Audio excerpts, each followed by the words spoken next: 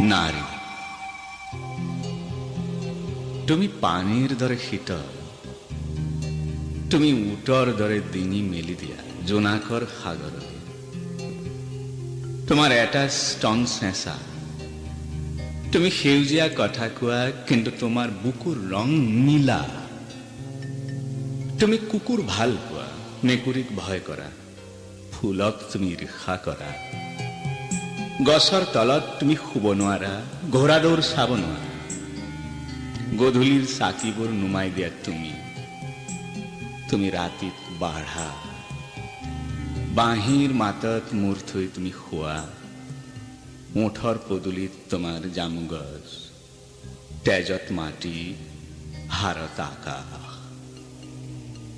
তোমাৰ চকুৰ তলতে থাকে সপোনবোৰ, বুকুত নকৰে বাস। তোমাৰ মৌনতাৰে নামি আহে শিলবোৰ, তোমাৰ হুমুনিয়াহত ডুব যায় নাওবোৰৰ হাহাকাৰ। তুমি মৰিশালীত গান গাব পাৰা, তুমি চুলিৰ মাজত হাঁচি ৰাখা পাখোৱা বতাহ।